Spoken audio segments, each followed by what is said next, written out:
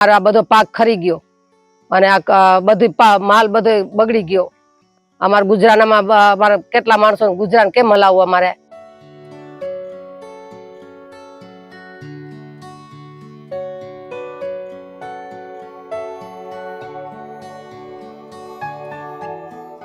મારું નામ છે અશ્વિનભાઈ સગનભાઈ વાઘેલા તોરણિયા અને આ ભાદર કાંઠે બે બગીચા આવેલા છે। 23 વીઘાનો બગીચા છે અને એ અમે રખાણ કરેલા છે અને વાવાઝોડું અને વરસાદને કારણે કમોસમી એના કારણે બાગમાંથી બધી કેરી પડી ગયેલી છે અને નુકસાની ગયેલ છે અને માર્કેટમાં લઈ જાય છે આ કેરી પણ તોય કોઈ સંભાળતું નથી। અને બીજા નંબરમાં આ કેરી માર્કેટવાળા એ કહી દે છે કે આ ક્યાં હાલે નહીં, એટલે એની હિસાબે નુકસાની જાજી થાય છે અને નિષ્ફળ આ કેરી બધી નિષ્ફળ થઈ છે। આ કેવામાં ખાવામાં કેમાં હાલે?